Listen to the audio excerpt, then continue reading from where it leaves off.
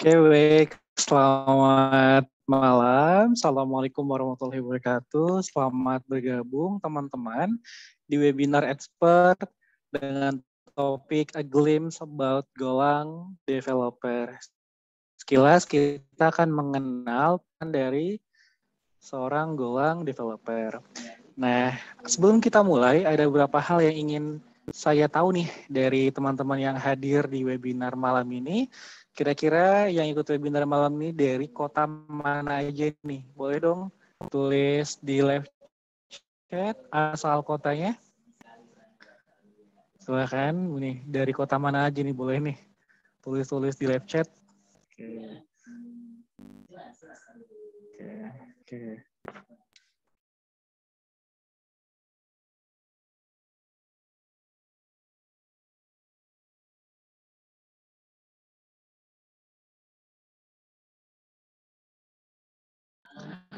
Oke, dari Malang, Batam, Medan, Jakarta. Oke, banyak ya.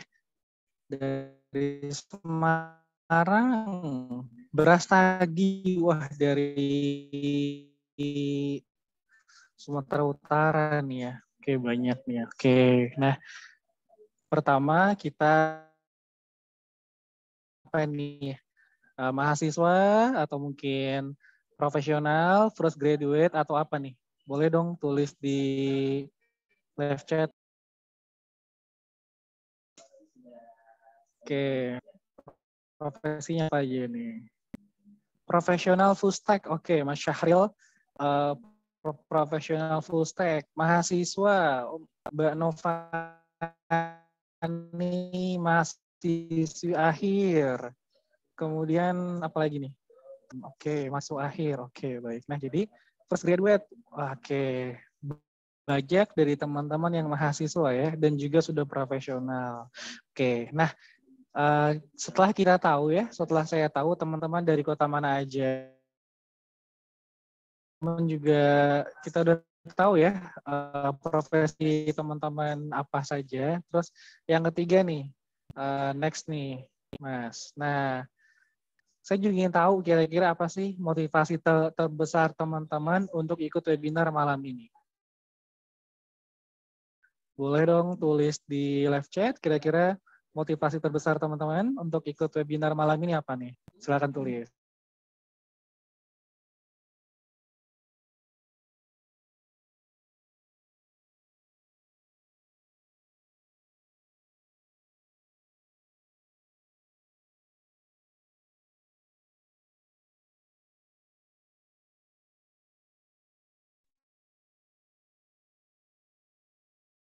Oke, baik. Sekarang? Oke, baik. Pengen shifting dari PHP. Oke, terus apa lagi nih? Motivasinya apa lagi? Mengisi waktu luang. Apalagi belajar. Yang lain kira-kira motivasinya apa nih untuk ikut webinar malam ini? Silakan boleh tulis di oke. Oh, putus-putus. Sekarang suara saya sudah lebih jelas, teman-teman. Oke, baik. Oke, baik.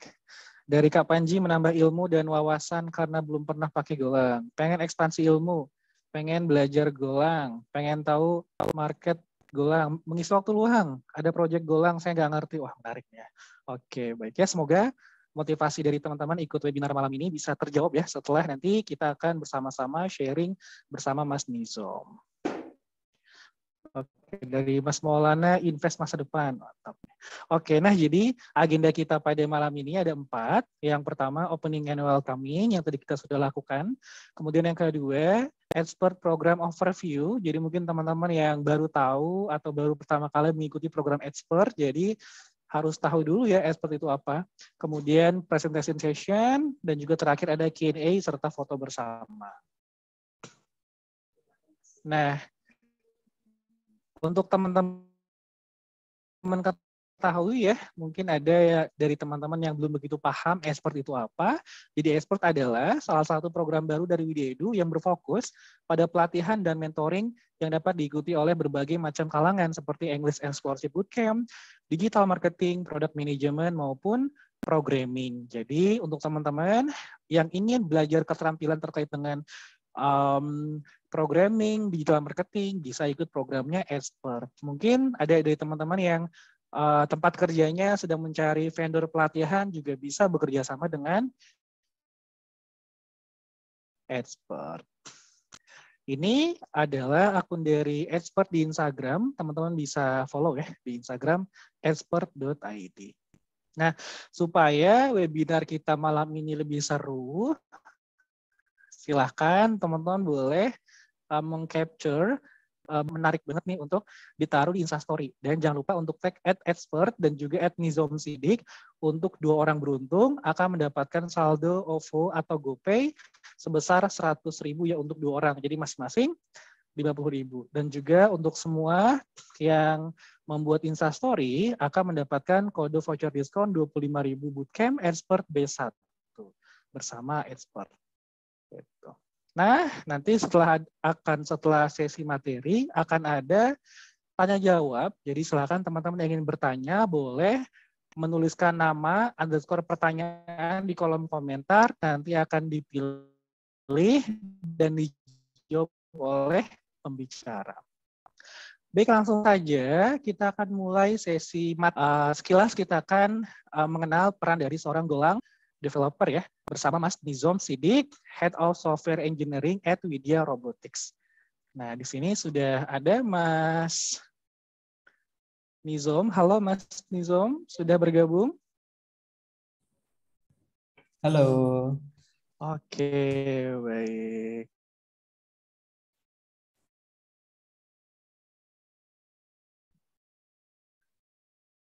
Oke, baik. Halo Mas Nizom, apa kabar? Ya. Halo Mas Fatan, ya baik. Oke, baik. Nah, Mas Nizom nih lagi di mana nih, Mas Nizom? Di rumah, di Jogja, atau di kota mana nih? Mungkin ada teman-teman yang di sini berasal dari kota yang sama. Ya. Dari Jogja, Mas. Oh, dari Jogja. Oke, baik. Oke, Mas Nizom, langsung saja nih Mas, kira-kira kurang lebih selama 40 menit ke depan, kira-kira apa aja nih yang akan Mas dar kita pada malam ini? Monggo Mas Nizom. Oke. Saya share screen ya.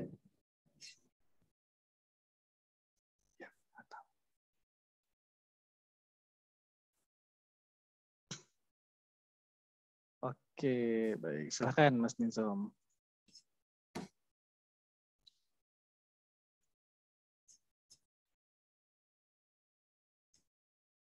Oke.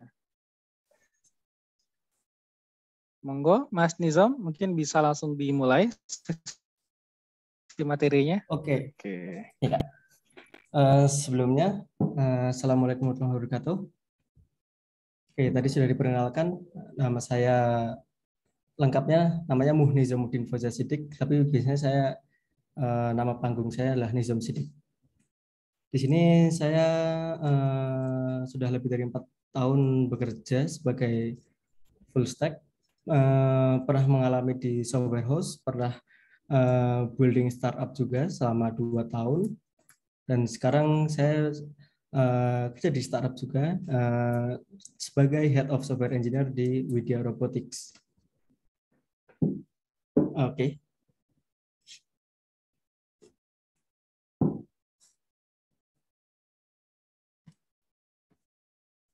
Oke, sebenarnya kita akan ngomong tentang Golang. Ya. Kenapa sih sebenarnya? Apa yang terjadi pada Golang ini? Nah, sebenarnya saya nemu dari beberapa survei, dari beberapa insight, banyak sekali di artikel, ada dari Stack Overflow, ada dari HackerRank, bahkan ada juga dari GitHub Trends mungkin, atau banyak sekali. Di situ saya ada menemukan survei dari Stack Overflow bahwa Golang ini termasuk bahasa pemrograman yang dari Stack Overflow Insight 2021 ini, dia adalah nomor 3 yang sangat diinginkan oleh para developer untuk dipelajari. Kalau saya nyebutnya nomor 3, kenapa? Karena sebenarnya dari laporan survei itu dia ada nomor 4. Tapi TypeScript dan JavaScript aku bisa menganggap ini sama-sama di dunia JavaScript. Walaupun mungkin secara sintaks beda dan cara build-nya berbeda, tapi ini dianggap aku bisa menganggap ini sama. Jadi Golang bisa disebut nomor 3 sebagai most wanted language oleh para developer dalam surveinya Stack Overflow di tahun 2021. Lalu ada juga kenapa ini, karena ini apa ya, developer sudah sangat minat juga, dia juga ada Golang ini nomor 3 sebagai apa ya, yang secara salary, secara gaji itu mengalami kenaikan yang sangat masif. Tertinggi nomor 3 setelah Perl dan Scala ini, istilahnya ini bahasa yang emang mungkin kita sendiri mungkin ada yang belum pernah mendengar, karena mayoritas ini adalah biasanya menggunakan bahasa Perl, Scala itu orang-orang senior sebenarnya, dan memang jarang diperkenalkan di awal-awal. Dan Golang sebagai bahasa yang sebenarnya terhitung bahasanya sebenarnya lebih mudah dipahami daripada bahasa-bahasa pemrograman seperti C, C++, Java, itu bisa menaik di nomor 3. Dan dia sebenarnya Golang ini baru mulai didesain, baru mulai dibuat itu tahun 2007 oleh developer Google. Oke. Tadi aku udah bilang kalau Golang itu udah mulai dikembangin tahun 2007 oleh Google, dan sampai saat ini masih disupport oleh Google. Bahkan Google Cloud yang sekarang di Jakarta juga sudah ada Google Cloud ya, itu didevelop dengan bahasa Golang.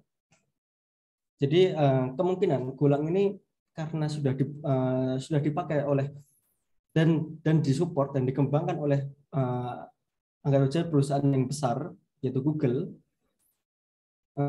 jadi kemungkinan peminatnya akan semakin banyak dan akan selalu di-maintain. Dan ada kemungkinan asumsi bahwa karena selalu di-maintain oleh developer Google, ini bisa jadi awet lama, cocok untuk dipelajari mungkin di tahun-tahun ini pas sekarang lagi ngetren-ngetrennya Golang. Dan Golang ini juga sebenarnya mudah dipahami, mudah dipelajari. Tapi karena ini bahasa pemrograman ya, jadi kalau bahasa pemrograman tuh, kalau kita tahu tentang pemrograman, maka Golang ini bisa disebut emang mudah dipahami. Bahkan di Golang itu ada 25 keyword yang dipakai di bahasa Golang. Jadi nggak terlalu banyak. Contohnya kalau yang biasa saya sering sering ngomongin kenapa Golang itu adalah simpelnya itu adalah gini, bayangin dengan bahasa-bahasa pemrograman lain, misalnya kayak PHP, JavaScript gitu. Untuk kita melakukan pengolahan array, list, itu ada banyak cara. Bisa jadi kayak for biasa, di bahasa di PHP ada for each, di JavaScript bisa pakai for, bisa pakai map, filter, atau mungkin bahkan malah pakai reduce. Sebenarnya cukup pakai filter bisa, tapi terlalu banyak macam-macam. Sedangkan di Golang cuman ada satu cara, yaitu dengan cara for doang. Cuman dengan satu cara for, lalu melakukan filterisasi sendiri. Dan menurutku mungkin gara-gara itu fitur Golang jadi nggak terlalu banyak. Tapi karena simpelnya itu membuat kita para programmer, karena simpelnya hanya ada satu cara untuk melakukan itu, programmer jadi lebih mudah membaca. Oh, maksud dari codingan ini tuh untuk melakukan looping. Udah gitu aja. daripada kita mungkin di JavaScript ada konsep pakai callback, pakai bikin fungsi sendiri. Di PHP ada for sendiri, ada for each sendiri ada, kayak gitu. Lalu library-nya jelas udah banyak juga library yang sangat bagus, yang udah trusted dan udah dipakai oleh beberapa aplikasi yang sering kita pakai sebagai developer, kayak Kubernetes, Terraform, itu banyak juga pakai bahasa Golang. Docker itu juga banyak dikembangin pakai Golang. Bahkan banyak juga tools-tools developer itu nggak cuma tools, perusahaan-perusahaan juga banyak sekarang sudah menerapkan menggunakan Golang. Karena apa? Sebenarnya selain library easy to learn, secara performa dia sangat baik. Secara performa, lalu secara compile time, bandingin kalau misalnya kita pakai Java, kita bikin codingan, terus kita compile, butuh waktu, edit codingan lagi, compile, butuh waktu. Yang di Golang, ini udah sangat cepat. Kita edit, kita tinggal go run, atau ketika kita pengen build jadi versi compile-nya cukup lakukan perintah go build, dan itu relatif lebih cepat daripada yang ada di Java. Kalau secara performa sebenarnya udah banyak banget di website itu benchmark. Ada yang katanya sangat lebih cepat daripada C++, tapi juga ada yang mungkin ada yang secara benchmark kayak kok gini sih gitu. Cuman ya kalau kita nge-benchmark sebuah bahasa pemrograman,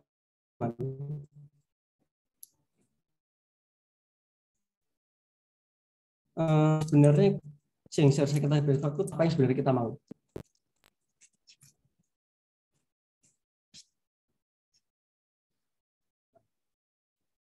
Kalau kita ngomongin benchmarking, tentu mungkin kita kalau di PHP sering bandingin Laravel dengan misalnya kode igniter, atau mungkin Laravel dengan Golang. Tentu sebenarnya kalau kita langsung ngomongin framework ya itu nggak apple to apple. Anggaplah di Laravel sudah banyak include banyak library, sedangkan di Golang kita mau pakai apa dulu? Apakah kita pakai yang minimum library, minimum framework, otomatis bakal lebih cepat. Tapi secara fitur mungkin belum banyak.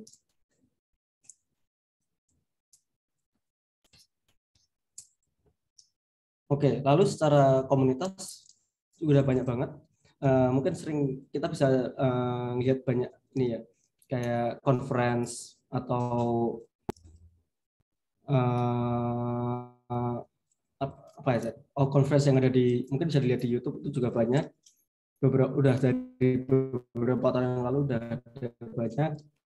Kita juga bisa lihat cari community Golang mungkin di Telegram atau beberapa forum Google juga ada. Sebenarnya bisa aja tinggal cari di Google, cari aja Golang Community atau misalnya Golang Indonesian Community, itu udah ada webnya. Mungkin juga cocok juga untuk masuk ke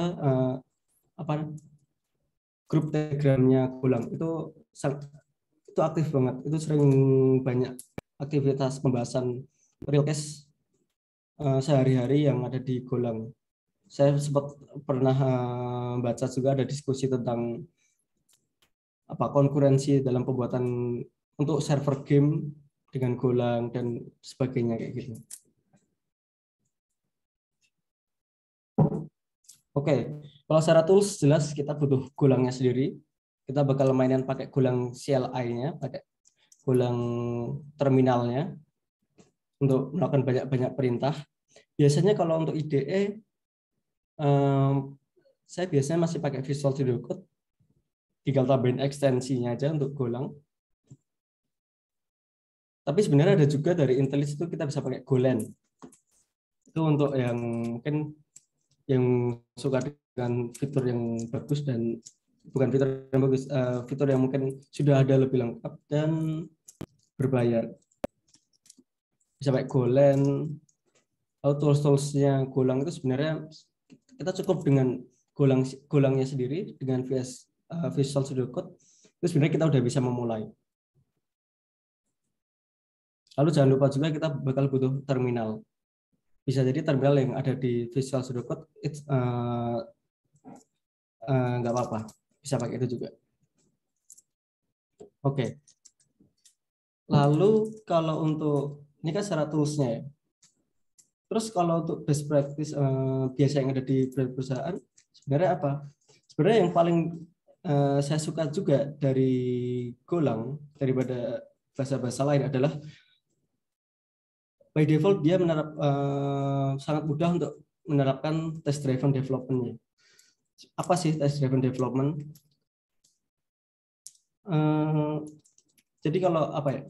Jadi setiap fitur atau mungkin setiap codingan yang mulai kita implementasikan itu ada tesnya. Kita bikin tesnya.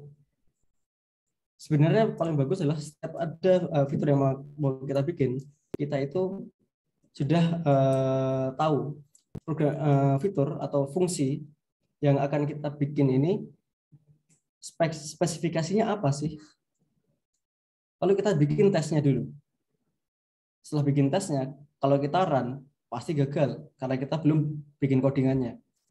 Nah, habis itu baru kita implementasikan untuk biar tesnya itu bisa pas, bisa lanjut, atau bisa lolos dari tes yang kita bikin tadi.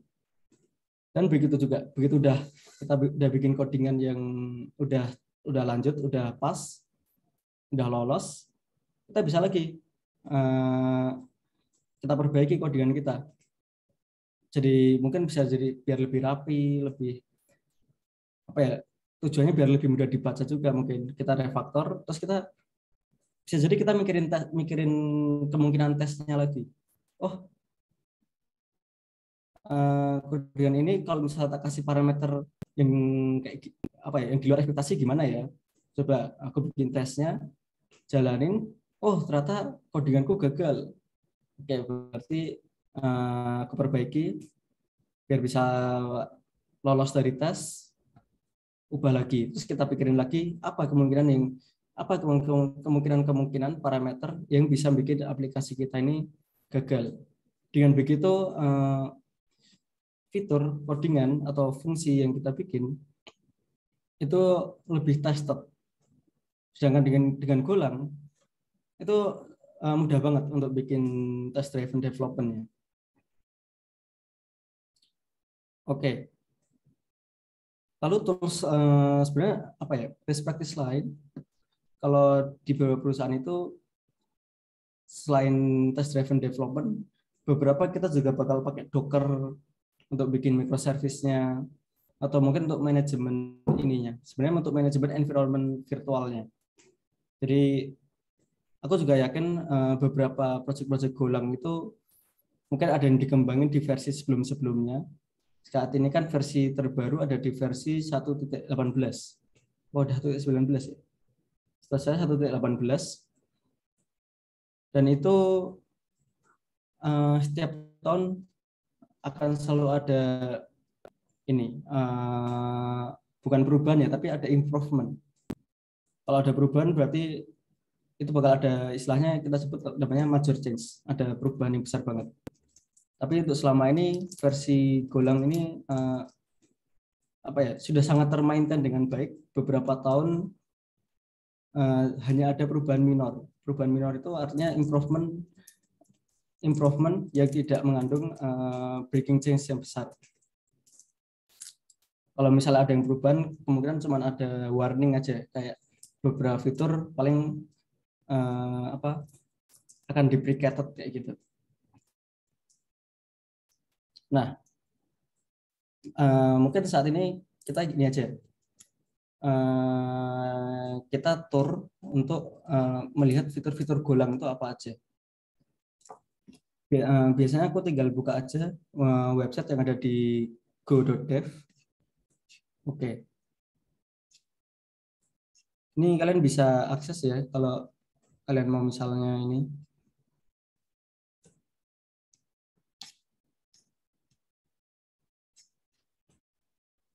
Kalian bisa akses di go.dev.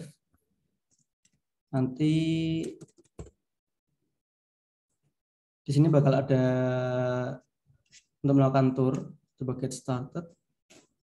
Nah, di sini ada tournya. Jadi kita bisa lihat apa sih yang disediakan di Golang itu. Fitur-fiturnya apa aja sih? Nah, sebenarnya banyak banget fitur apa ya. Secara basic aja udah lumayan banyak. Ada package, cara export name, dan macam-macamnya. Ada cara penggunaan metode dan interface. Ya, jadi di Golang ini juga ada interface. Salah satu apa ya? Interface itu biasanya untuk abstraction.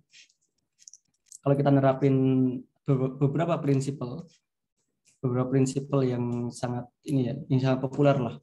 Biasanya kayak solid principle, mungkin kayak single responsibility pattern.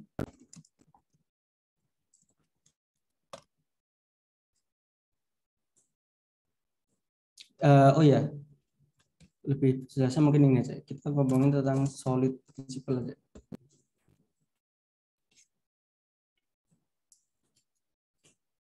Nah, solid principle itu ada masing-masing, ada 5 berarti ya.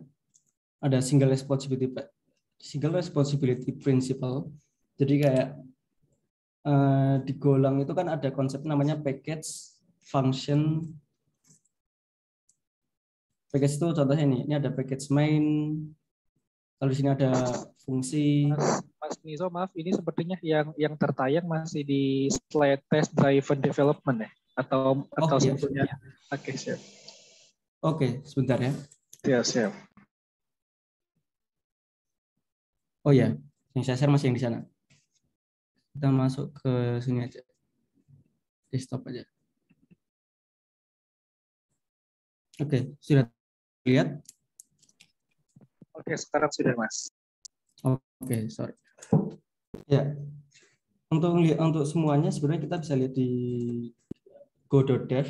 Ini sudah lengkap banget cara untuk download Golang yang tadi.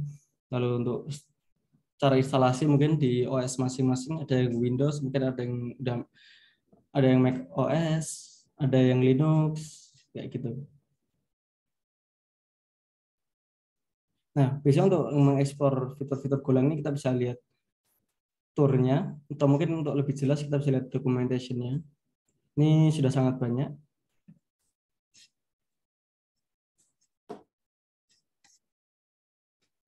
Oke, kalau dari tournya, ini salah satu menurut saya kenapa ini termasuk simpel banget. Kenapa Golang disebut simple? Untuk menjalani fungsi apa ya? Untuk manggil hello world aja cukup dengan kayak gini aja. Dan ini bisa kita ganti hello world.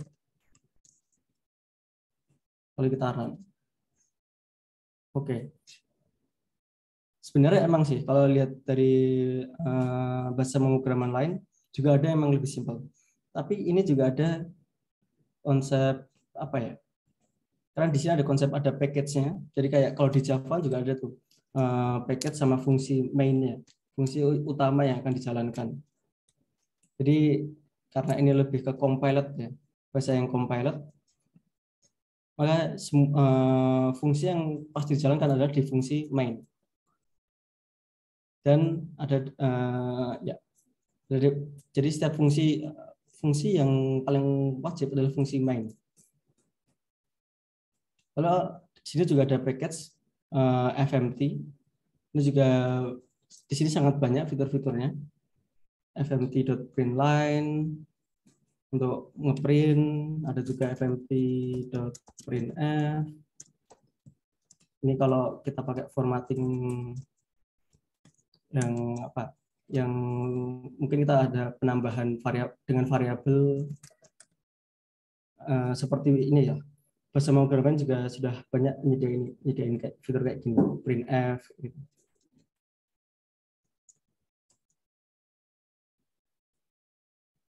Nah, terus kalau untuk tadi kan ada ini kan apa ya, fungsi package, di sini ada import, ini ada Golang sendiri namanya FMT. Flow control cukup ada for, if, else, switch, and yang saya suka juga ada fungsi namanya divert. Di sini ada banyak ini ya, salah apa ya, beberapa fitur-fitur cara penggunaan for yang biasa kita bisa pakai for kayak gini aja, pakai for i istilahnya, kita biasanya for i plus plus for gitu.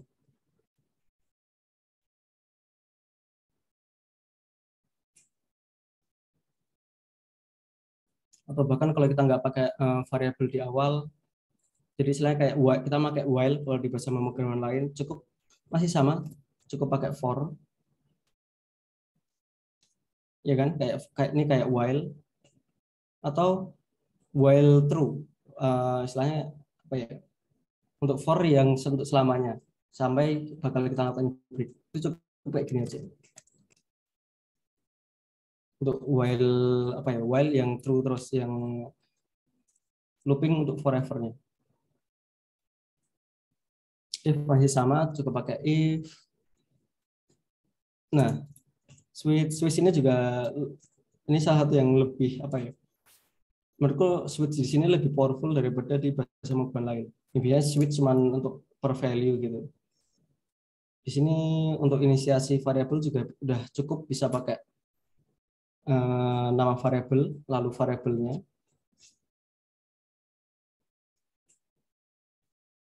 Di sini juga bisa dengan konsep kayak gini. Jadi ada apa ya, ada operasi yang ada di langsung dalam case-nya. Di misalnya sekarang adalah time satu day, apakah today plus 0, apakah today plus 1, atau switch tapi tanpa ada variabel yang didefinisikan. Jadi lebih kayak if else mungkin. Tapi di sini kita nggak ngomongin else, langsung aja switch tanpa variabel definisikan, langsung case-nya kita cari yang true. Dengan begini kayak secara pribadi aku bisa bilang codingan Golang itu lebih mudah dipahami. Secara keyword sangat dikit, cukup ketahui setiap keyword itu fungsinya apa aja. Tidak terlalu banyak. Kalau mau looping harus pakai apa? Kalau di sini kita ngomong looping selalu pakai for. Di percabangan selalu pakai if dan else. Oh ya, di sini ada lagi berarti switch. Nah, defer ini kayak apa ya? Selain kita bikin eksekusi fungsi yang dilakukan di akhir fungsi tersebut akan berakhir. Jadi kalau kita lihat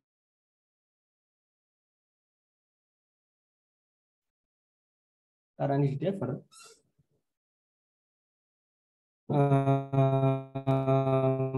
maka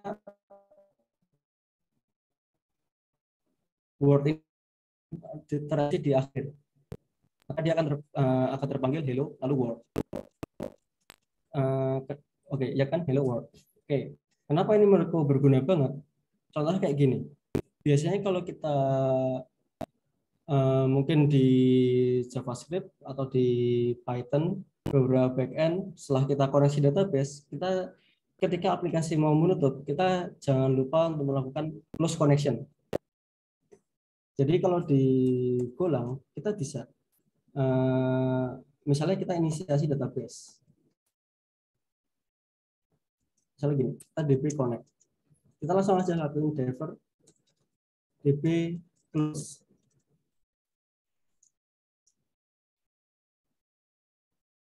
Nah, dengan begini, setelah fungsi main ini berakhir, maka dia akan jalanin db close. Jadi istilahnya kita udah melakukan koneksi, lalu kita tahu kapan nge-close-nya. Jadi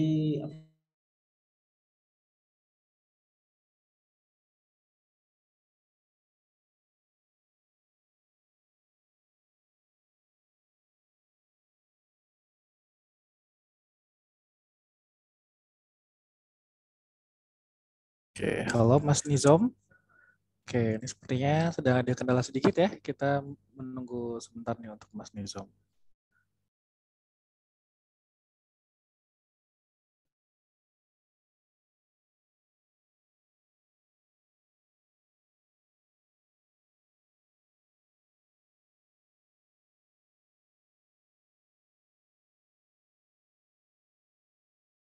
Ini sepertinya Mas Nizam sedang ada kendala ya. Kita menunggu sebentar ya teman-teman.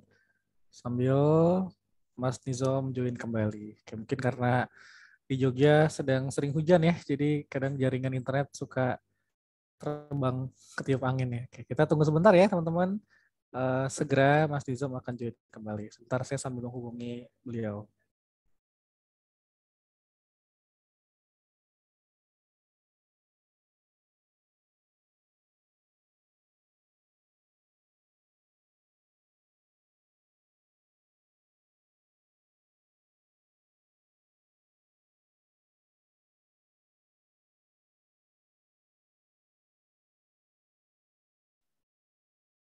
Ya, halo. Sorry, tiba-tiba tempat saya mati lampu. Oh, siap Mas, aman Mas. Monggo Mas, boleh lanjut Mas. Oke.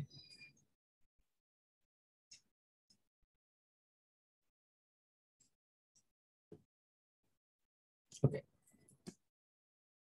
Iya, ini tadi terakhir sampai fungsi divert. Ini salah satu keunggulan tadi. Ya, di beberapa programan belum ada fungsi divert. Oke, setelah ada divert,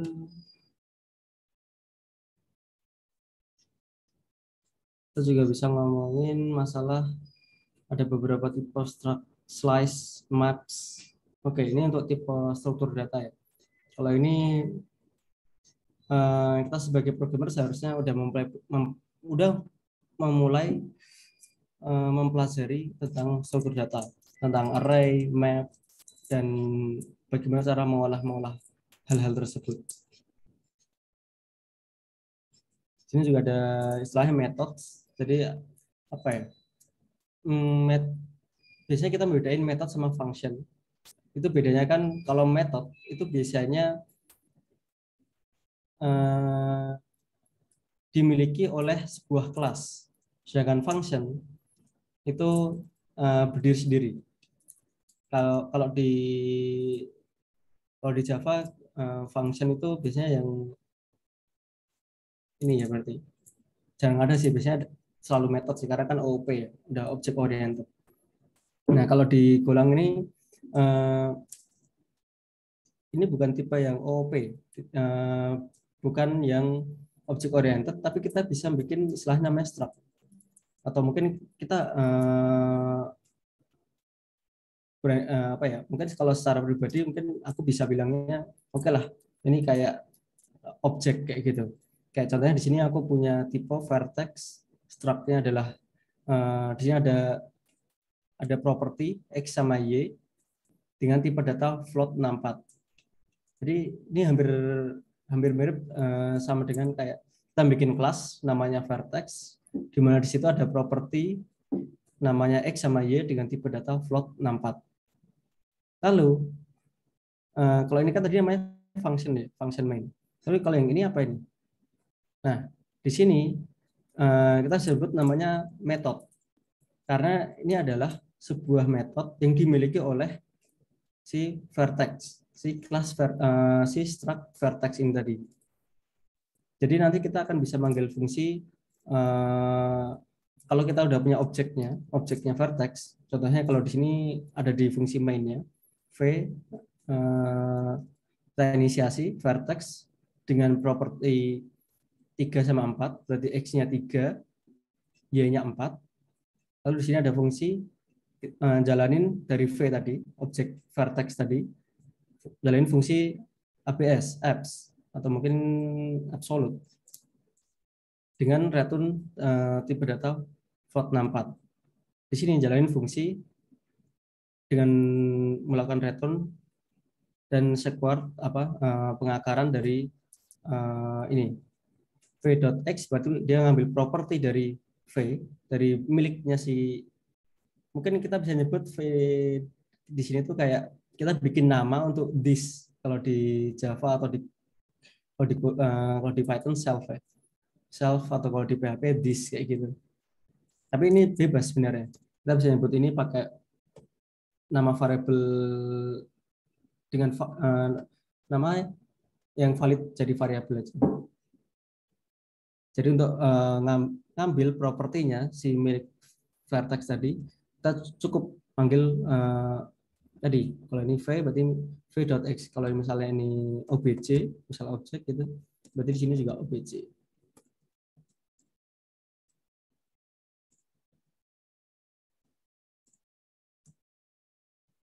Nah kayak gitu, jadi si vertex itu akan punya fungsi namanya apps dari definisi yang ada di sini.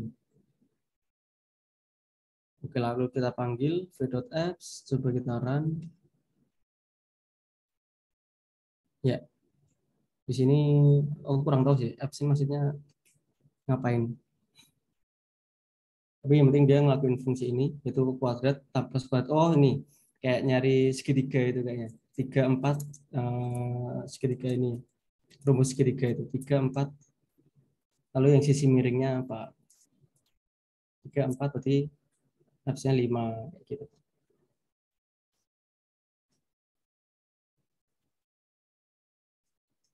Oke. Ada konsep metode, lalu ada interface. Jadi ada app, misalnya kita ada interface namanya appser, di mana dia harusnya punya metode ini. Nah, di sini bedanya, salah satu best practice ya, kalau kita misal bawaan dari bahasa OOP lain, kesalahan kita melakukan interface di Golang itu adalah kita bikin interface, terus bikin kelasnya di satu file yang sama, atau mungkin di satu package yang sama. Tapi sebenarnya kalau di Golang ini kita konsepnya itu ada namanya duck typing.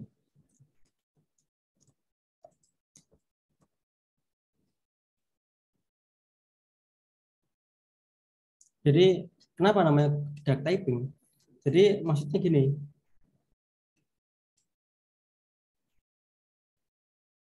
jadi maksudnya sorry mana? Maksudnya adalah apa yang diinterfacekan ini, maka dia pasti akan punya fungsi ini. Jadi kalau kita ngomongin duck, ya berarti dia mungkin bisanya kuak, tipenya kuak, ya itu yang ngomong kuak kuak kuak kayak gitu, kuak kuak gitu. Tapi kalau di ini, tapi kita nggak bisa, bukan nggak bisa, tapi kita sebenarnya nggak baik kalau kita bikin duck punya banyak apa ya, punya banyak fungsi interface duck, tapi sangat banyak banget fungsinya. Misalnya anggaplah, oke kita bikin aja misalnya.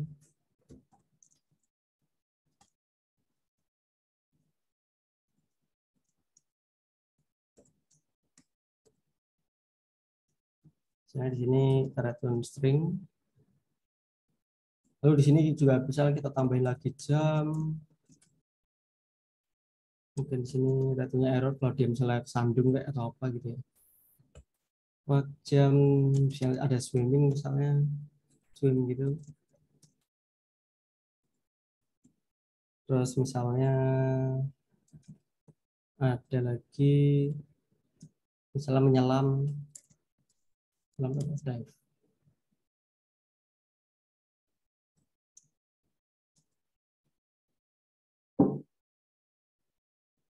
Nah, sebenarnya kalau di Golang itu kita bukan ngomongin interface, itu bukan ngomongin sebagai objek abstraksinya, tapi kita ngomongin lebih ke fungsional dari sebuah abstraksinya.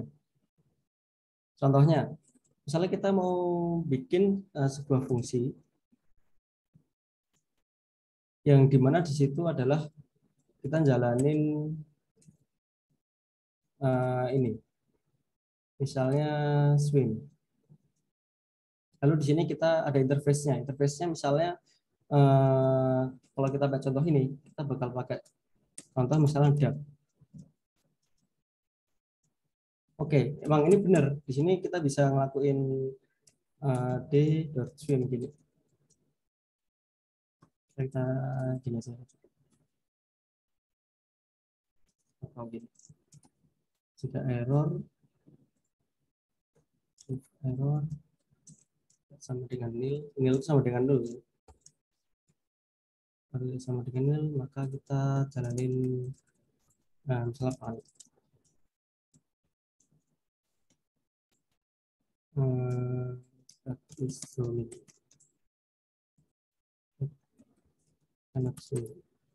Padahal bisa seharusnya. Oke. Tapi seharusnya kalau kayak gini, sebenarnya di sini interface-nya adalah bukan duck-nya, karena duck ini bisa swim, dia juga bisa walk, dia juga bisa macam-macam. Seharusnya kita di sini sebagai interface, ini juga sebenarnya salah satu dari suatu prinsipal ya. Ada yaitu namanya ini Bischoff substitution principle. Jadi yang kita referensikan adalah sesuai dengan fungsinya. Seharusnya kita bikin interface itu pakai type. Misalnya kita namanya interface swimmer, perenang. Di mana dia bisa ngelakuin swim.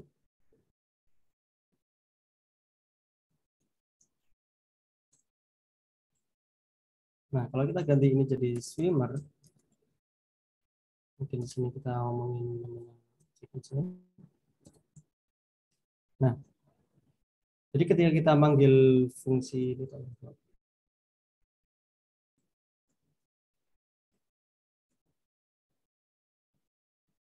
nah, jadi kalau kita memanggil fungsi swim ini, sebenarnya kita perlu swimmer.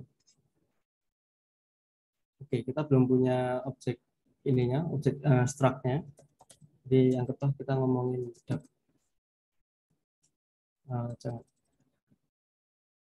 misalnya fish. Kalau dia punya metode, dengan punya metode caranya berarti func fish, lalu di sini ada fungsi namanya swim. Oh ya, kalau di sini sebuah struct kita nggak perlu melakukan implementasi ke dalam interface-nya. Tapi kalau kita udah mendefinisikan interface sebagai parameternya, nah, maka otomatis setiap pemanggilan fungsi ini yang kita taruh, misalnya di sini aku ada type of fish ya, misalnya ada type of fish,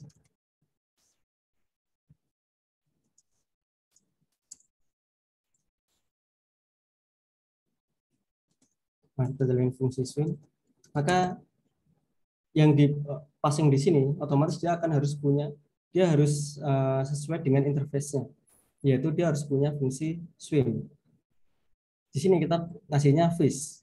Fish apakah dia bisa melakukan swim? Oke, ternyata bisa. Kita sudah definisikan di sini. Misalnya kita sini advantage.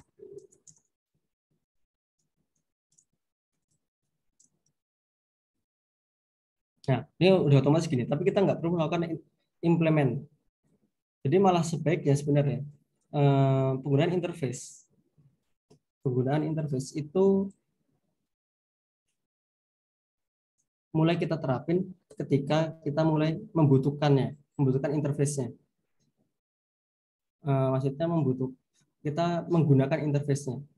Biasanya kan kalau kita di bahasa lain kita bisa bikin interface, bikin objek. Padahal kita belum tentu menggunakan interface-nya. Belum menggunakan. Tapi kalau di Golang, tadi aku misalnya bikin fungsi swim, baru aku bikin interface-nya swimmer. Jadi apapun objeknya, yang penting dia punya swim, tapi bukan sebanyak ini ya. Ini juga kalau kebanyakannya juga ada kesalahan sebenarnya. Yaitu tadi itu ada single exposure pattern. Karena kalau kita ada kebanyakan fungsional, ada juga kita ngomongin interface segregation. Jadi client specific interface itu lebih bagus, jadi lebih spesifik daripada satu interface tapi terlalu general purpose-nya. Kenapa kalau terlalu general itu nggak baik?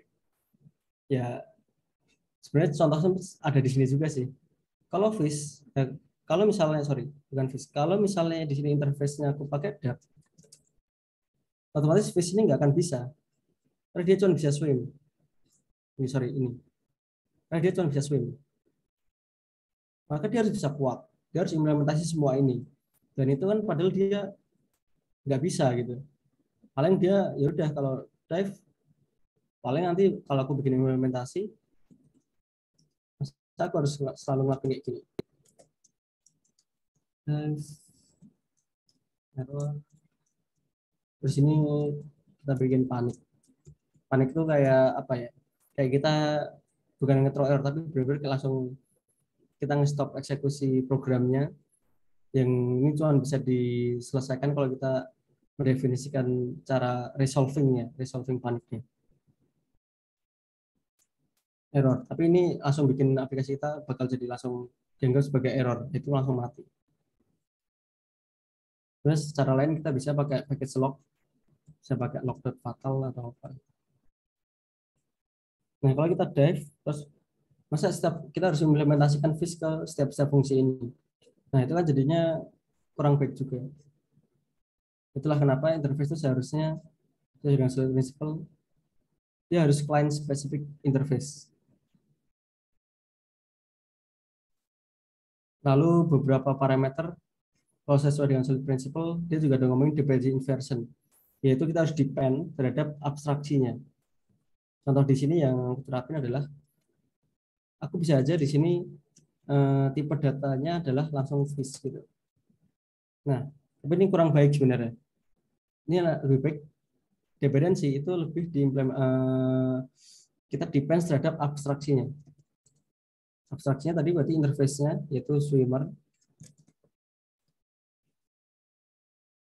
Jadi kita bisa, kalau kita udah fish, mungkin kita bisa, punya objek lain sebenarnya yang sama-sama bisa renang juga. Misalnya kita punya objek reptil misalnya, oh ternyata dia juga bisa renang, ada kadal atau misalnya ada kodok gitu kan, yang sama-sama bisa renang.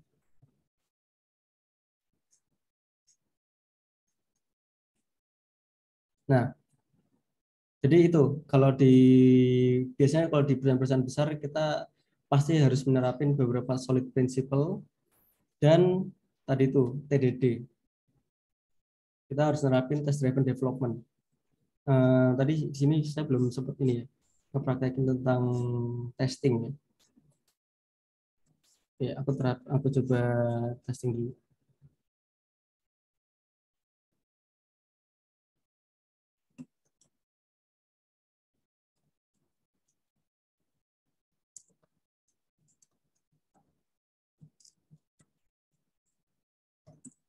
Oke, kalau ini salah satu cara untuk menginisialisasi project Golang. Misalnya untuk nama, kita kayak bikin modul sendiri.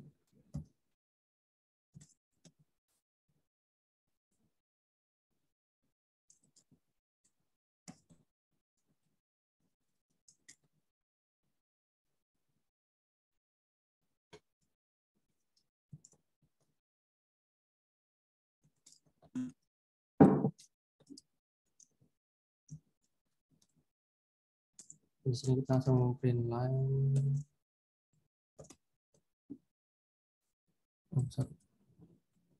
Oke, untuk testingnya, anggaplah aku bakal punya fungsi namanya yang klasik aja ya, klasik tutorial.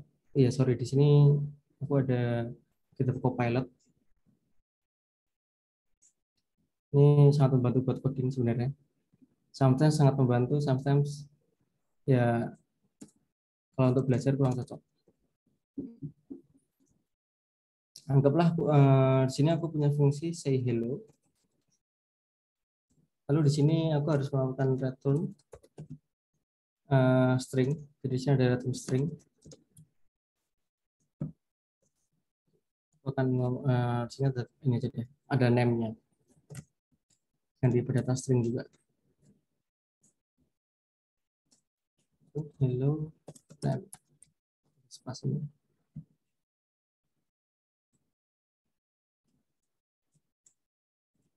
Lalu di sini panggil say hello-nya. Say hello. Kasih ngomong export.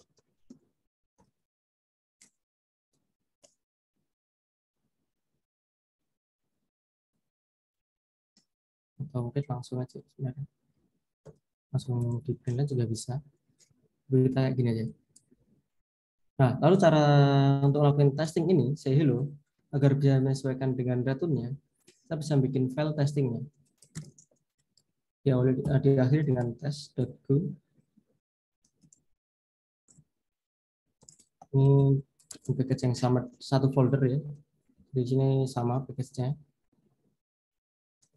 Nah, kalau di sini itu punya fungsi tes say hello. Kalau dia butuh variable testing, butuh package testing,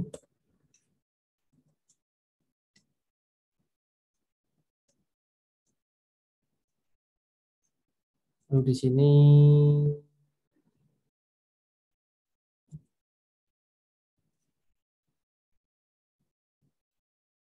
oke. Sini aku bakal panggil fungsi hello, atau mungkin aku juga bisa bikin sebuah struct, sebuah map. Oke, kita bikin aja casesnya.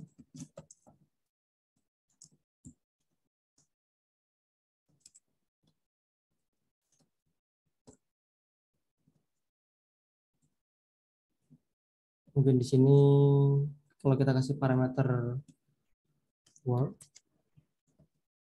maka seharusnya return-nya hello world. Dan juga misalnya hello bola.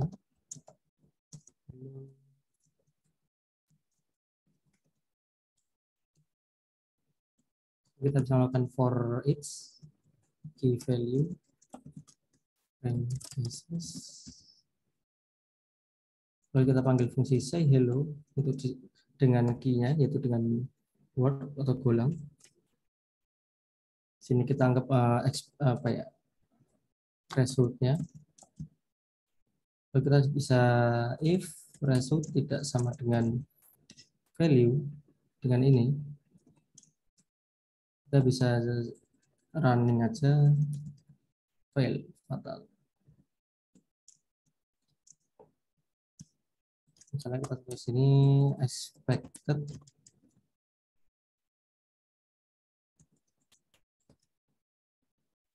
breadcrumb. Ternyata ekspektasinya adalah value-nya, tapi kita dapatnya result-nya. Oke.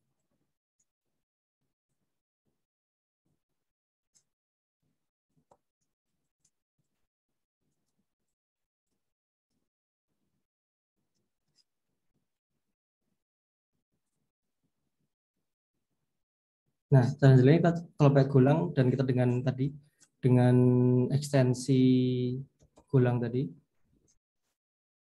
dengan ekstensi ini, kita udah bisa langsung jalanin fungsi yang ada di atas ini. Oh, OT-nya harus gede biar bisa kita jalanin langsung di atas ini. Run test.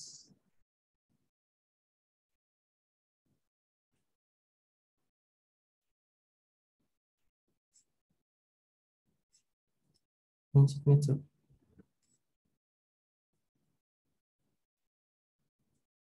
Oh iya.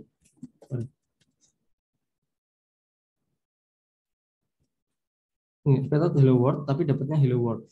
Jadi ternyata di program yang saya bikin tadi ini nggak ada komanya. Jadi ketahuan. Jadi aku bikin tesnya. Nah, ini kan aku ada komanya. Oh, ternyata di sini aku kurang pakai koma. Oke, ini aku fixkan. Lalu aku jalanin ulang tesnya. Oke, pas. Nah, jadi untuk cara TDD di Golang itu sangat simpel banget. Bahkan ada package sendiri untuk melakukan assertion. Bisa pakai testify assertion. Ini kan istilahnya assertion ya. Jadi assertion itu kayak pengecekan apakah value dari hasil return dari sebuah fungsi itu sama dengan ekspektasi kita. Nah, itu ada, kita bisa pakai package namanya testify assert.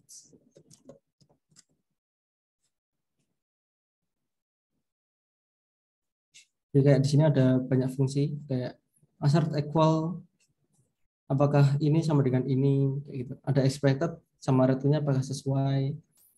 Assert nil, apakah objeknya ini nil atau enggak. Jadi kalau gagal dia udah langsung otomatis jalanin ini fatalnya ini. Kayak gitu. Oke. Mungkin ini ya untuk perkenalan tentang Golang di malam ini. Mungkin kalau untuk selanjutnya untuk kita mau belajar Golang, eh, kayaknya kalau nggak salah expert akan membuka bootcamp ya untuk Golangnya itu. Jadi kalau di sini kan kita untuk mempersiapkan juga kenapa sih company menggunakan Golang. Jadi kita udah ngomong ada performa dan istilahnya ini readability-nya, dan kemudian untuk jalanin TDD-nya lebih mudah dibaca, lebih, dan dia static typing kayak gitu. Lalu kita juga ada ngomongin tools-nya. Di sini aku cuma pakai Visual Studio Code dan ekstensi, dan otomatis Golang juga sudah terinstall. Walaupun di sini saya nggak jalin Golang, untuk jalan cukup. Oh, tadi saya udah jalanin ini ya, Go Mod Init. Jadi untuk bikin modul, kita juga bisa jalanin Go Run Main Go untuk jalanin script main.go-nya. Contohnya di sini untuk jalanin Hello Expert. Lalu di sini juga ada Go Run Go build main.go untuk menghasilkan hasil build-nya. Jadi kita bisa jalanin versi compiler-nya dengan jalanin main, lalu dia akan eksekusi. Kalau jumlah file, kalau hasil ininya, kita bisa lihat hasil compile-nya untuk program Hello Expert doang itu bisa jadi 2 mega. Yaitu karena udah termasuk ini ya, kita kan ada import namanya FMT kayak gitu. Dan sudah ada Golang runtime-nya. Jadi Golangnya berjalan di Golang runtime. Begitu teman-teman. Ya. Selanjutnya berarti sesi ini ya, sesi tanya jawab ya. Iya, betul. Nanti bisa saya pandu, Mas Nizam. Oke. Baik. Oke, berarti saya Baik. kembalikan dulu ke moderator. Terima kasih. Baik. Fatan. Oke, baik. Boleh di stop screen dulu, Mas Nizam? Oke. Oke, baik. Baik. Ya. Baik, terima kasih banyak Mas Nizam. Tadi sudah sangat clear sekali ya. Sekilas kita belajar dan memahami bersama sebetulnya ketika menjadi seorang Golang developer itu apa saja sih yang dilakukan gitu ya. Bahkan tadi di awal disampaikan bahwa ternyata kebutuhan atas seorang Golang developer ini semakin tinggi ya Mas Nizam, betul ya Mas ya? Iya, benar sekali. Oke, jadi ini kesempatan untuk teman-teman bisa mengambil peran ini nih, apalagi banyak perusahaan yang mulai migrasi ke Golang. Baik, nah saya izin share screen lagi. Oke, nah sudah muncul ya.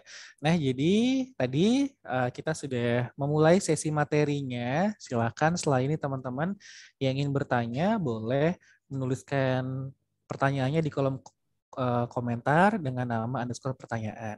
Tapi sebelum itu, sebelum kita ke sesi tanya jawab, saya ingin menyampaikan satu informasi yang sepertinya penting ya untuk teman-teman semua yang sedang ingin atau lebih ingin mendalami Golang gitu ya. Nah, dari expert kebetulan sedang membuka pendaftaran intensif bootcamp back-end development with Golang gitu ya. Expert sedang membuka kelas intensif selama 8 sesi pertemuan yang akan dimulai di awal bulan Juni nanti. 8 sesi intensif tersebut teman-teman akan belajar pertama terkait dengan Golang Basic, Golang Unit Test, GoRoutine, Working with Database, Building RESTful API, Deployment with Docker, Microservice Architecture, Continuous Integration and Continuous Delivery atau CI/CD. Dengan biaya yang tertera, teman-teman akan mendapatkan sertifikat resmi dari expert. Ini bisa diupload di LinkedIn dan bisa jadi satu portofolio teman-teman ya ketika misalkan nanti ingin mendaftar sebagai seorang Golang developer. Kemudian teman-teman juga akan mendapatkan grup mentoring dan networking, professional branding, dan juga portofolio. Untuk sesinya akan diadakan setiap hari Senin dan Rabu jam setengah 8 sampai jam setengah 10 malam. Jadi tidak mengganggu untuk aktivitas rutin harian ya teman-teman dari pagi sampai sore hari. Ini kurang lebih bootcamp programming yang sudah diadakan oleh expert ya selama bulan April dan Mei sudah ada lebih dari 100 peserta bergabung. Jadi pastikan teman-teman menjadi salah satu peserta di batch berikutnya, terutama di bootcamp intensif Golang Developer. Nah, ada kabar baik lagi, khusus peserta webinar malam ini akan mendapatkan diskon sebanyak 100.000 dengan chat Golang ke CRM Expert atau admin WhatsApp Group ya. Jadi untuk teman-teman yang merasa webinar ini sudah cukup mengenalkan Golang, tapi teman-teman ingin lebih terampil gitu ya terkait dengan menjadi seorang Golang developer ini, bisa mengikuti bootcamp-nya. Dan khusus peserta webinar malam ini mendapatkan diskon sebesar 100.000 dengan chat Golang ke admin WhatsApp group gitu ya, di mana grup yang teman-teman ikuti. Baik, silakan ya, bisa chat adminnya untuk mendapatkan diskon ini. Baik, itu kita akan mulai ke sesi pertanyaannya ya, Mas Nizom. Ini banyak banget nih, Mas Nizom yang nanya. Saya coba baca satu-satu ya, Mas ya. Oke, pertanyaan pertama dari Raihan. Kenapa Golang lebih cepat booming ke level industri daripada bahasa pemrograman lain yang sama-sama relatif baru? Apa ada hubungannya dengan perusahaan Google? Ini, monggo Mas Nizam boleh dijawab. Oke. Sebenarnya kalau kita ngomongin tren, yang ada mungkin kita cuma bisa berasumsi ya. Kenapa ya? Kok bisa Golang itu trennya lebih tinggi gitu? Padahal ada bahasa lain yang baru juga yang sama-sama menarik, kayak contohnya Rust atau beberapa fungsional programming yang lain. Itu juga sebenarnya keren juga gitu.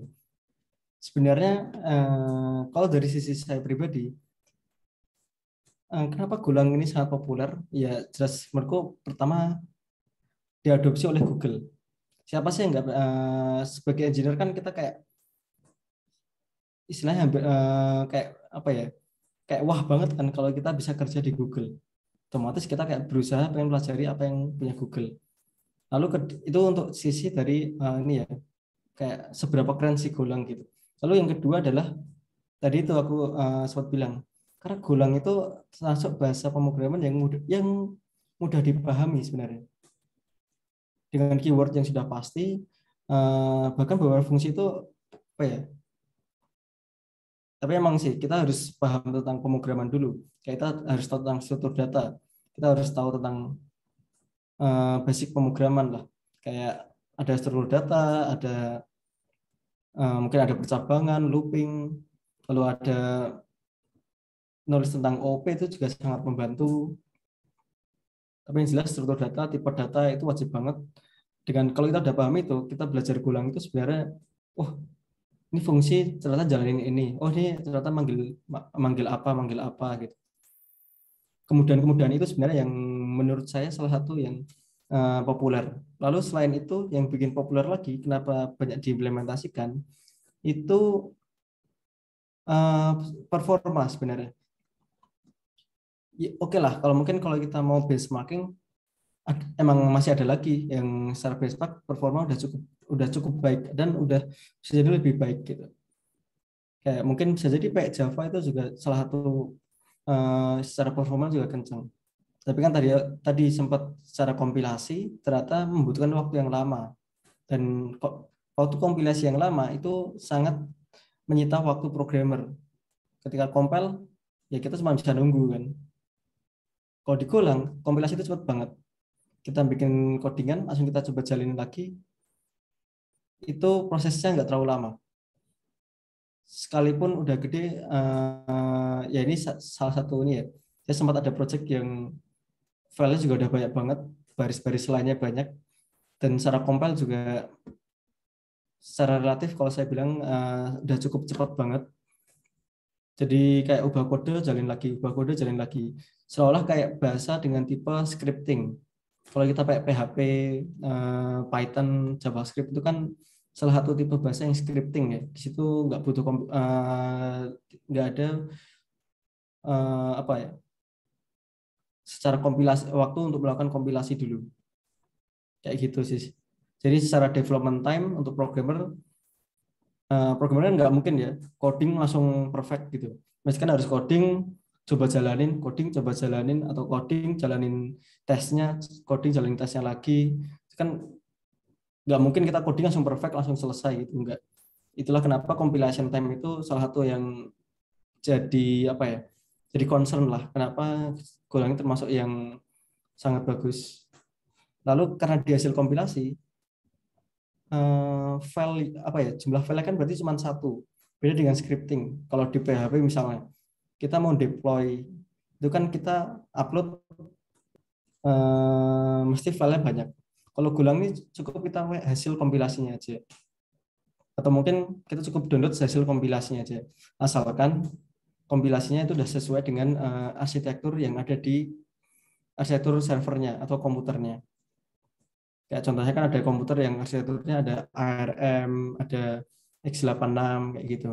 Yang ARM itu contohnya MacBook yang M1 itu kan ARM.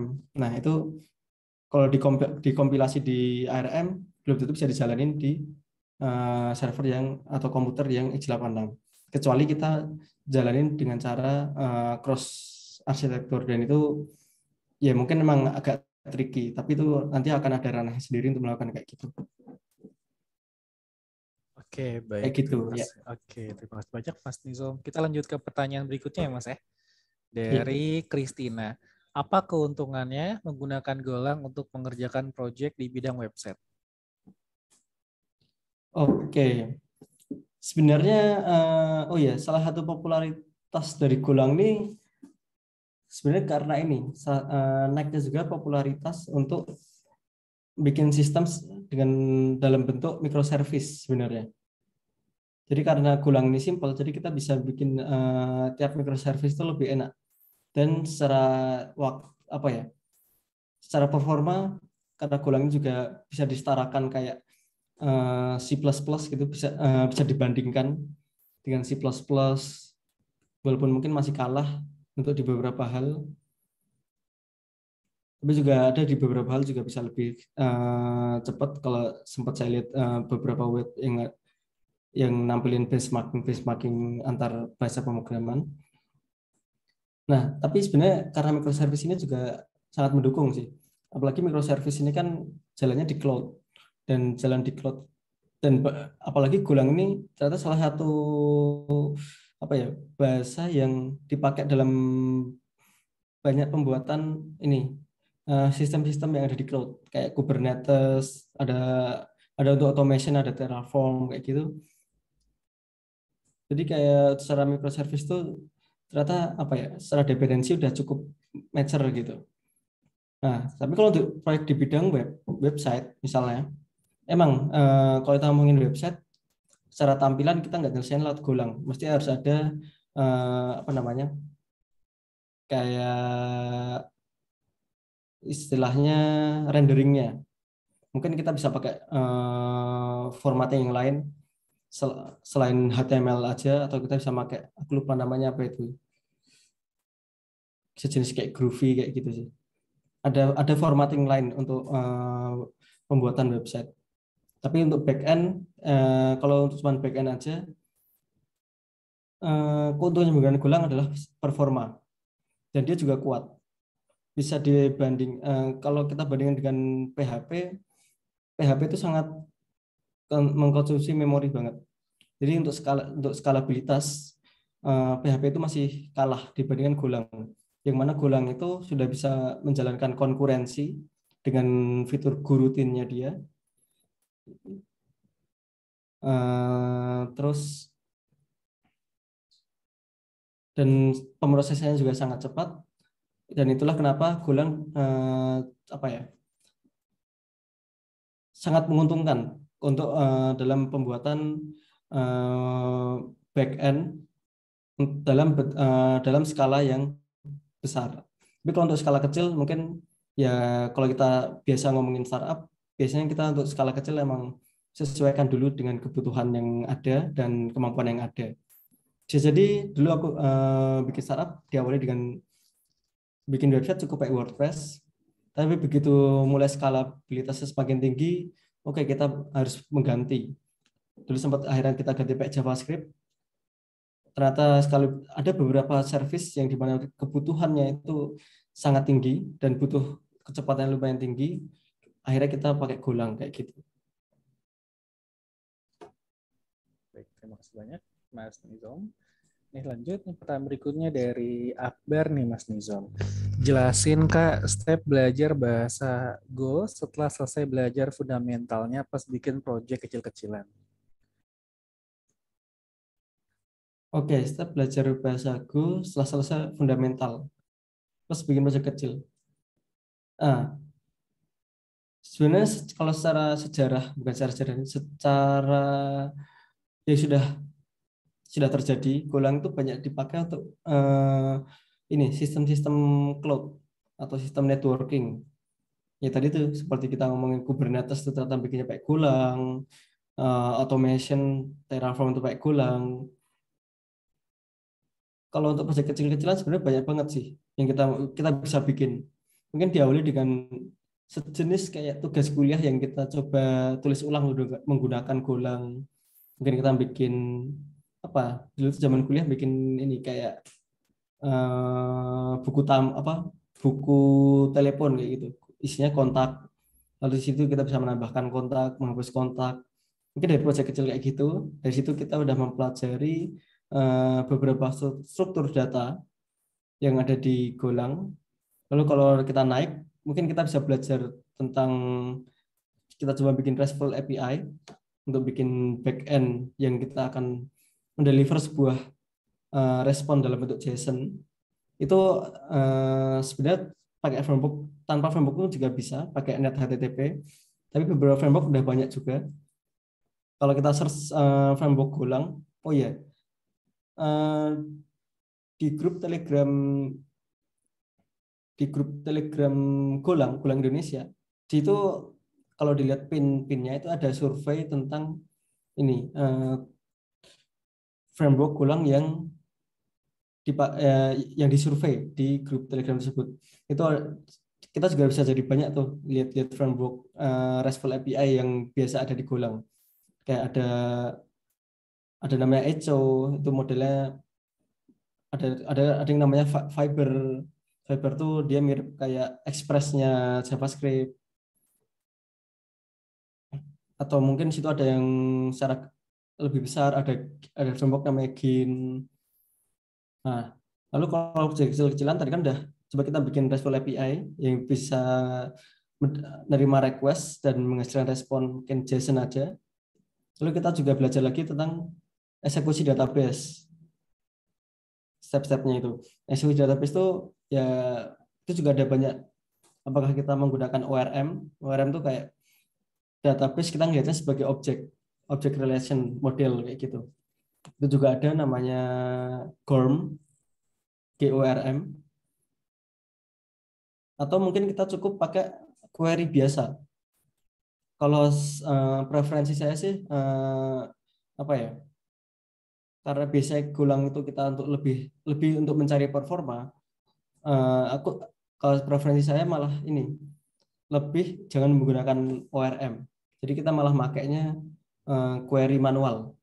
Misalnya kita pakai MySQL gitu, kita bisa pakai udah query manual aja kayak select bintang, lalu kita cukup pakai ini library bawaan Golang sendiri juga udah ada untuk database-nya.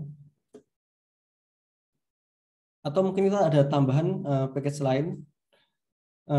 Di situ ada modelnya kode generator. Jadi ada beberapa library Golang itu fungsinya kode generator. Jadi dia bisa menggenerate beberapa fungsi-fungsi eksekusi database yang kita tinggal definisikan query-nya, lalu kita generate kode ininya, kode apa? Kita tinggal generate kode pemanggilan database tadi, query database-nya sudah beserta tipe data dan parameter lain-lainnya. Itu kalau itu ada package namanya SQLC. Jadi itu modelnya bentuknya mengenerate ulang SQLC gitu. Ada kayak gitu juga. Lalu tambahin lagi mungkin untuk dokumentasi RESTful API kita bisa ada pakai Swagger. Swagger itu juga modelnya generation. Jadi kita tinggal bikin komentar di beberapa fungsi di Golang, lalu akan otomatis langsung mengenerate beberapa documentation Swagger-nya. Itu untuk pembuatan ini ya, RESTful API. Biasanya kita backend komunikasi pakai itu. Bahkan kita kalau pakai ini gRPC, jadi itu salah satu komunikasi microservice juga selain RESTful API. Golang gRPC itu juga modelnya gini, mengenerate. Jadi kita tinggal definisikan skemanya, protonya, lalu kita generate kodenya, lalu otomatis kita udah punya fungsi yang sesuai dengan protonya, kayak gitu.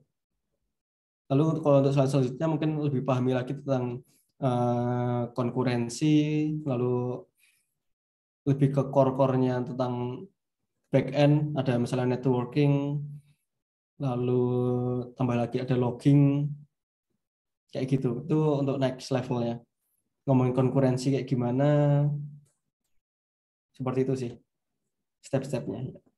Oke, baik. Kemudian ini ada pertanyaan berikutnya nih, Mas Nizom. Ada pertanyaan, Mas Oke. Nizom. Berapa lama Mas Nizom belajar Golang untuk backend? Oke, kalau seberapa lama sebenarnya ini ya, sebenarnya belum terlalu lama. Bisa dibilang baru setahun lebih lah. Tapi belum ada 2 tahun. Di situ sebenarnya yang penting adalah terus-terus mencoba. Yang saya lakukan itu saya sering baca ini ya, baca artikel biasa di Medium atau baca artikel di kadang-kadang channel-channel Instagram, bukan channel, akun-akun Instagram itu ada yang dia juga suka bagi-bagi informasi tentang apa ya, coding kayak gitu, dan juga sering lihat nonton di YouTube. Itu juga salah satu sumber banyak sih yang bisa dipelajari. Atau mungkin, tapi tetap aja sebenarnya kalau kita cuma menggali ilmu tapi kalau kita nggak melakukan prakteknya itu biasanya kurang ini, kayak kurang kurang nyantol gitu. Aku juga termasuk yang percaya dengan ini. Kita bisa menjadi ahli itu cukup dengan 1000 jam aktif belajar untuk menjadi ahlinya. Sorry, bukan menjadi ahli, untuk kita bisa Golang itu cukup belajar selama 1000 jam. Tapi kalau untuk menjadi ahli itu butuh sampai 10.000 jam. Jadi kalau mau dibilang ahli, mungkin saya belum terlalu ahli. Tapi kalau mau dibilang back end, ya saya untuk back end full stack kayak gitu, saya sudah lebih dari 3 tahun untuk mempelajari itu. Jadi kalau secara konsep-konsep mungkin sudah bisa, tapi kalau Golangnya sendiri, ya sebenarnya kan kita kalau belajar apa ya, kita bahasa pemrograman itu kan cuman untuk ini ya, implementasi kebutuhan. Memang kita lagi butuhnya back end dan kita butuhnya mungkin performa, oke, baru kita pakai bahasa pemrograman apa kayak gitu. Dan itu sumber belajar banyak, apalagi sekarang juga banyak, saya lihat juga banyak teman-teman itu juga ada yang dari bootcamp. Bootcamp juga cukup menarik. Kalau saya dengar dari teman-teman itu tiba-tiba udah bisa gitu. Kok gimana? Ya, tapi itu ini sih banyak banget kalau kita mau belajar. Sumber ada banyak di mana, tinggal kita gimana mau mengambilnya dan gimana kita mau mengimplementasikannya. Karena kalau nggak diimplementasi kadang kurang ini juga, kurang apa, kurang nyantol gitu. Jadi saya juga itu ngelakuin apa namanya, praktek-praktek tadi itu, kayak misalnya nyobalah bikin aplikasi command line sendiri pakai Golang kayak gitu. Cuman untuk mengeksplor aja fitur-fitur Golang, sambil explore fitur-fitur Golang. Habis itu explore framework RESTful API Golang atau database. Makanya saya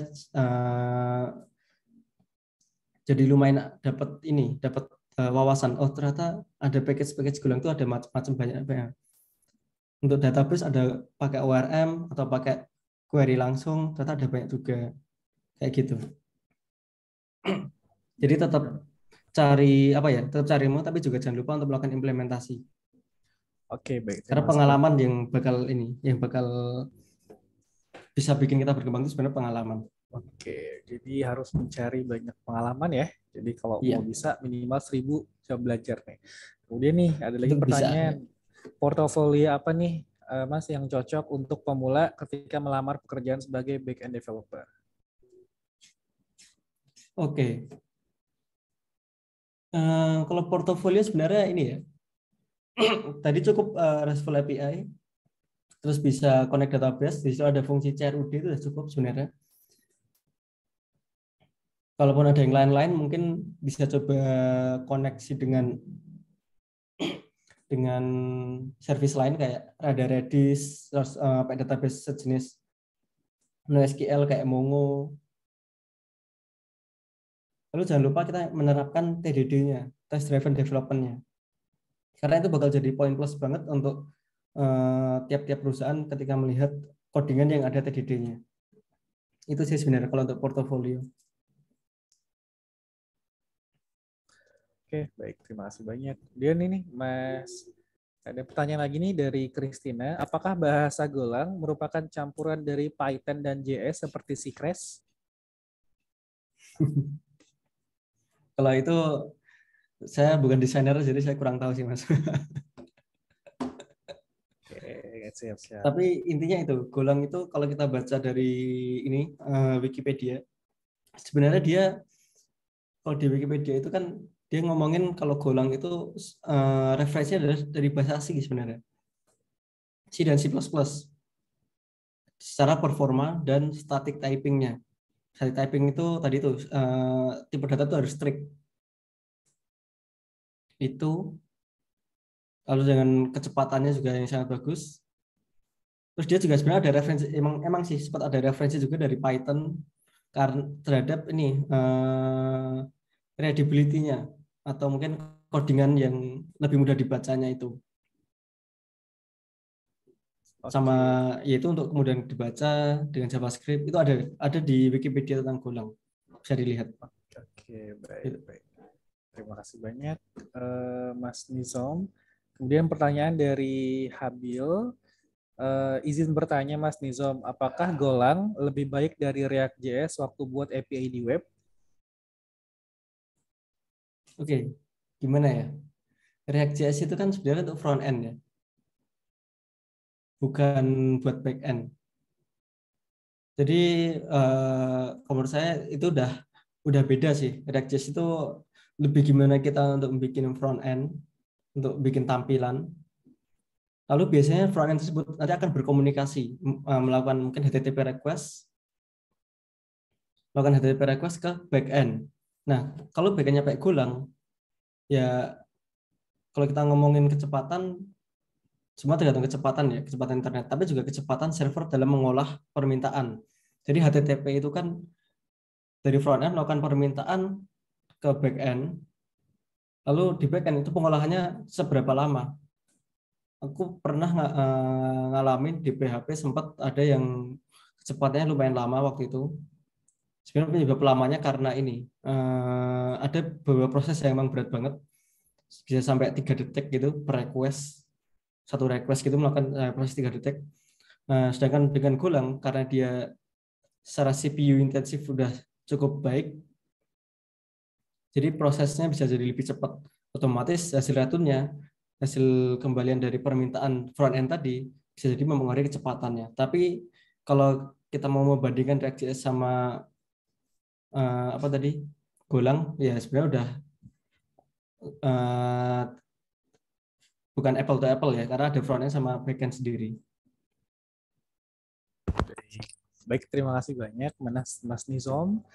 Sudah menjawab banyak banget nih sebetulnya Mas Nizam pertanyaannya. Cuman karena waktu kita terbatas, jadi untuk teman-teman yang mungkin kurang nih ya bertanyanya bisa ikut bootcamp Golang Developer di Expert. Nih Mas Nizam sebagai closing, mungkin Mas Nizam boleh nih Mas kira-kira menyimpulkan apa sih hal-hal yang sangat penting banget nih untuk teman-teman yang ingin mendalami Golang gitu. Mungkin ada yang sepertinya mau fokus di situ nih gitu untuk shifting karir atau yang lainnya. Monggo Mas Nizam.